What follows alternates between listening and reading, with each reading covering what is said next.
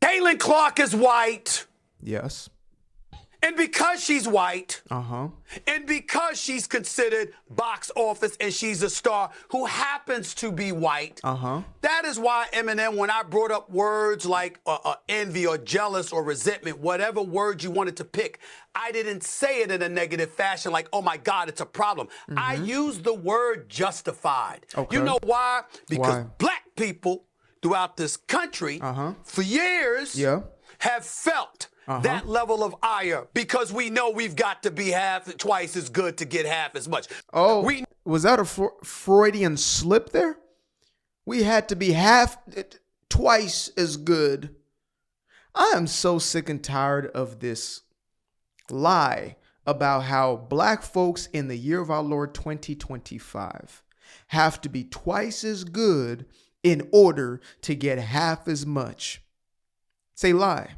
As a matter of fact, there have been literal policies put into place that have allowed for the exact opposite to take place. And I'm not saying that that was the sole purpose of like an affirmative action or the DEI policies or whatever it is, but there were black folks or people of color, alphabet people, etc., these so-called protected groups who were given an easier go around with damn near anything and everything. Meanwhile, Asian students as well as white students would be rejected from universities that they otherwise would have been qualified for because they did not fit into one of these groups. I am so sick and tired. And Stephen A., shame on you, Stephen Anthony Smith. Shame on you.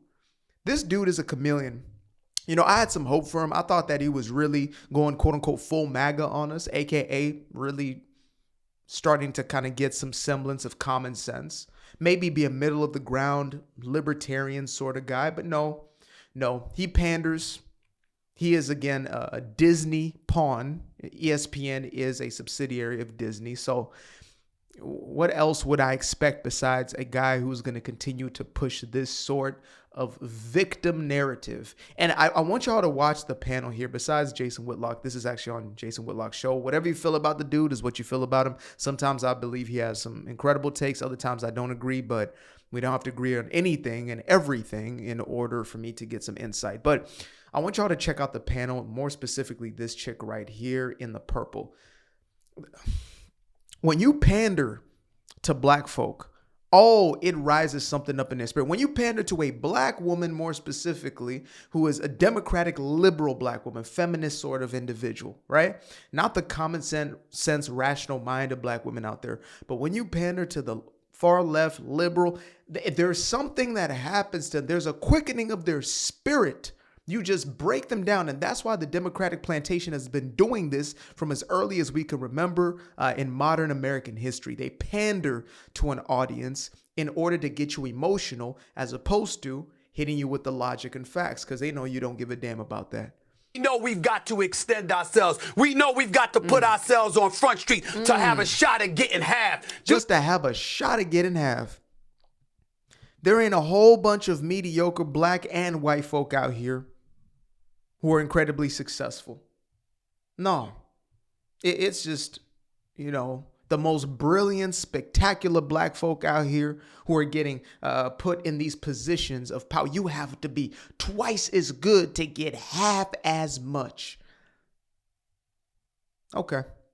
Pick a profession. Pick a name.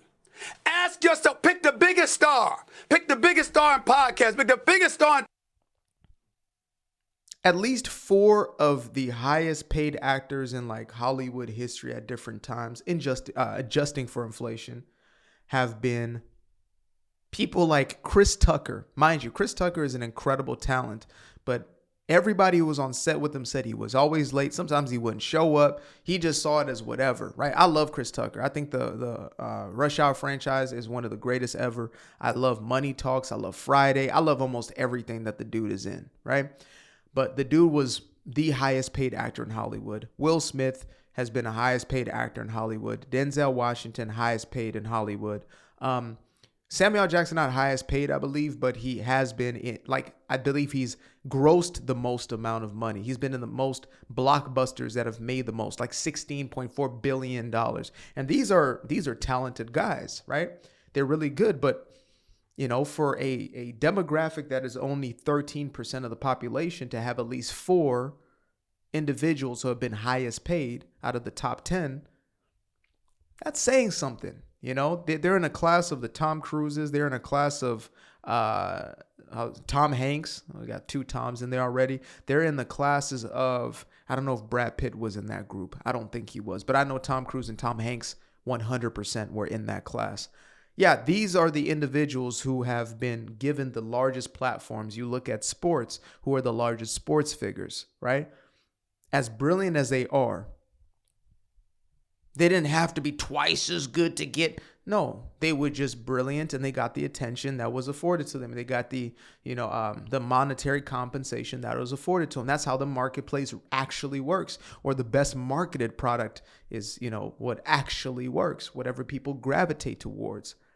So you could say, well, if Michael Jordan, was a white man, he'd be twice as successful. That's a lie. We have that in real time right now. Luka Doncic and what's his name? And Jokic. Those 2 guys are 2 of the top 5, if not at least top 10 in the NBA right now.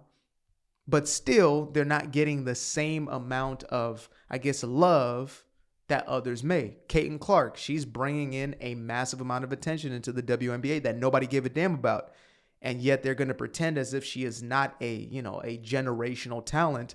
Instead, it's because she's white that she deserves that. Eminem, like he brought up, Eminem is an individual who is extremely talented. I believe he's in the top 5 of the greatest MCs, rappers in hip hop. But because he's white, he's gotten a lot of flack and backlash. So it's been quite different in the last few decades in American history. Again, what I'm getting to is this. People are going to gravitate to you or not based upon whatever value or service that they believe that they're getting from you. Sometimes it's perception. Teachers should get paid as much as NBA players. Guess what? That's not the perception of value that people have in the marketplace. People are willing to pay $100 for a ticket, pay $100 for a jersey. People are willing to watch these people all day long. And you know what I mean? Like, that's just the reality. If people don't want to watch my content, they don't view it as valuable, entertaining, whatever it is, then they're going to watch somebody else. You may think, well, Aquarius is way better. He's way more talented. That means nothing. All that matters is what the perception is. So I can be as good or not as good if people gravitate towards it, they are. Sometimes people blow up who aren't that good. Black, white, and everything in between. Sometimes people are the best in class, and that's actually what I believe brings you longevity. But when I just heard that clip right there, I said, oh, Lord, here we go. But I'm going to play the clip out because Steven's going to do what Steven does. Television, the biggest star in sports or whatever, that's black. And ask yourself the question that we all ask. If they were white, what would they be? How much money would we get paid if we were white? How much success would we reap if we were white? How much endorsements would we get? Look at sis over here. Y'all are literally millionaires for talking about sports, not even playing the game. Shout out to Shannon Sharp, played the game. Y'all are getting paid millions for talking about your sport or different sports. In America, as black people, what else do you want? How receptive would America be to us? Because it's still 60% of the population. And even in the year... Go into a stadium of a basketball game. Hello, Freud. Go into a stadium of a basketball game, go into a stadium or arena where an artist is performing, and let's say there are a multitude of black folks on that stage, multitude of black folks on that field, on that court, whatever it is. And I will guarantee that a majority of that crowd, except for a few artists, are going to be white folk. A majority of them watching black artists, etc. But nobody likes to talk about that, right? The fact that these are the people who are putting these hundreds of millions, if not billions of dollars into these individuals' pockets. The owner of the teams that LeBron James has played for, I believe a majority of them have been white. At least Dan Gilbert, I know, is. And he is willing to put hundreds of millions of dollars into LeBron James's pocket. Like, what are we talking about here? Why can't we just accept that we're all in this together? and we can benefit each other. That everybody, there was a time in Hollywood, and Hollywood is a very left-leaning liberal machine. It has been for a long time, actually. It's just now that they've fully doubled, tripled down on the political angle. But Hollyweird used to have this idea where it's like a Kevin Hart can't be a leading man, Denzel might not sell overseas, etc. Right? And guess what? They were proven wrong. The international market loved these individuals, and therefore, they became global stars as well as domestic or national stars. That right there is an example of the reciprocal relationship of how this thing works. And again, I'm speaking in context of these people specifically. They are public figures. They literally speak for a living, right?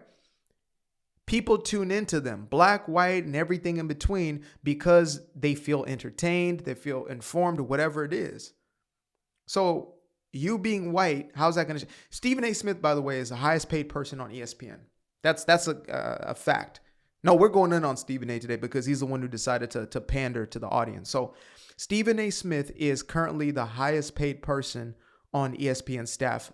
I believe the last time I checked, which was a few months ago, he was the highest paid person because he is the best. I believe he's the best talent, or one of the best in the entire ecosystem of ESPN. He deserves what he is paid. Now, if he was white, would he be paid more? No. I don't believe so. I believe he'd be paid the exact same amount. You got Colin Cowherd or whatever, these type of individuals who are fantastic at their work, at their job. They're not paid as much as Buddy over here. So yeah, that's a false equivalence that is always drawn out. If you were white, these hypotheticals, you would be worth more. You'd be paid more. The wealthiest rappers of all time, the top 3 out of hip hop, are all black men. Eminem's not top 3. Maybe in MCing, he might be in your top 3, but he is not top 3 in the wealthiest. So make it make sense. Year 2024, when the white populace in this country is dipped from 90 to 85 to 80 to 70 to now 60% and dipping, okay? Even now, you have a situation where you get somebody who happens to be white and they're a star and they deserve the acclaim. They receive something we know what we wouldn't receive on that level. What is that? Why do you think I say on national television when Michael Jordan was a black man? Michael Jordan will forever be, he will be basketball, I think, till the end of time. The face of basketball. Jordan played almost 20 years ago, and he is still considered, or actually more than 20 years, I believe, and he is still considered the GOAT, the face of the NBA. When you think basketball, you think Jordan, and then you think maybe LeBron or whoever else, but you think Jordan. Caitlin Clark is now being connotated with WNBA, female basketball, and they don't want it to happen. There's a lot of racism towards her. It is what it is, right? They always call out the fact, well, she's a white woman. She's a white woman. She's targeted for it, straight and white, which is the rarest occurrence in the WNBA, right? Especially the straight part. But yeah, they see her as only getting what she has because she is white. Meanwhile, the face of basketball, a league that was started by white people, mind you, the NBA, even basketball itself, the sport is created by a white man, Naismith, I believe it was. Black man is the face. A black man is, the most profitable who came out of that venture. Maybe Michael didn't make the most in the NBA because, these guys are getting paid extraordinary amounts of money now in comparison to the old school guys, but he's made the most as the face of the NBA. Right? He is a multi-billionaire because of his shoe deal, etc. But again, if he was a white man, he would know. I actually think it's the opposite in some industries. White folks catch a cold, black folks catch pneumonia. Oh my, what did this nignog just say? On national television, when white folks catch a cold, black folks catch pneumonia.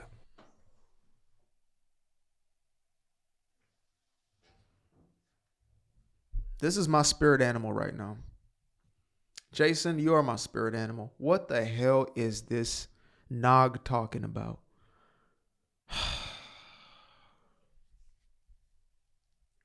When white folks catch the cold, black folks catch pneumonia. Okay.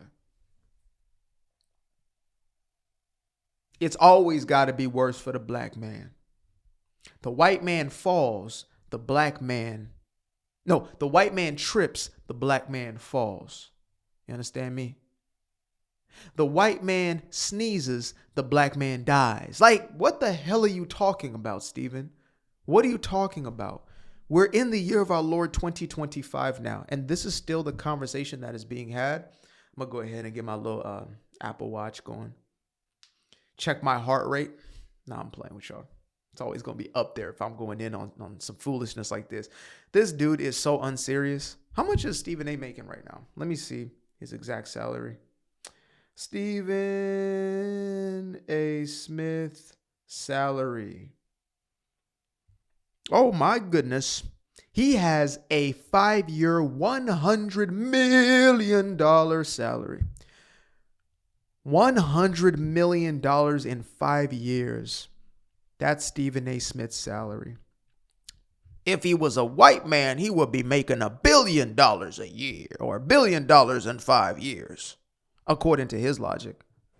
Because it's always, or at least 200 million if we go on exact, because he said we have to work twice as hard, so everything is 2x, right? He'll be making $200 million instead of a measly $100 million for talking this kind of nonsense. Always worse for us.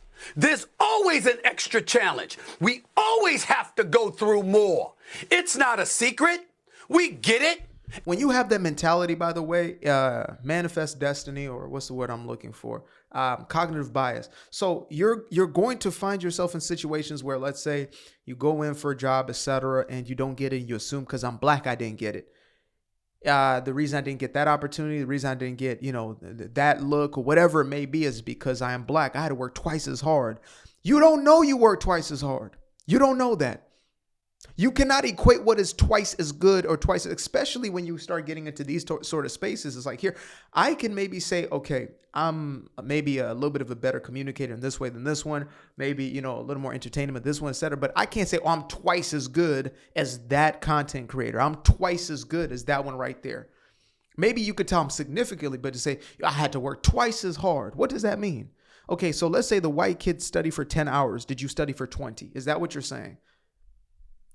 Is that what we're saying here? Because most of this is in your head, and it's a very detrimental mentality to start pushing towards your audience, especially the younger folks. That's why I did a video on LeBron and the Diddler, and they're both having this message of, in separate spaces. It wasn't at one of them parties, but LeBron is talking about how it's so hard as a black man still facing racism, systemic racism, blah, blah, blah. Diddy, systemic racism is hard for people like me, LeBron, Oprah, etc. I'm like, okay, it's hard for a woman who made her living talking. It's hard for a dude who made his living diddling. It's hard for a dude who made his living putting a ball into a basket, and all y'all becoming billionaires off of that. That's hard. Got you. I guess digging ditches, working in a mine, collecting people's garbage on a daily basis, opening people's chest cavities up and having it go into there, cleaning people's behinds in the hospital or in the nursing home or in the home. I guess those things right there, those are the simple things. What's difficult is putting a ball into a hoop and having to, God forbid, practice to actually get that job done and get paid your $100 million in 5 years. Okay, got you. And so all I'm trying to say to you is when Angel Reese said what she said. And Angel Reese is a whiner, complainer.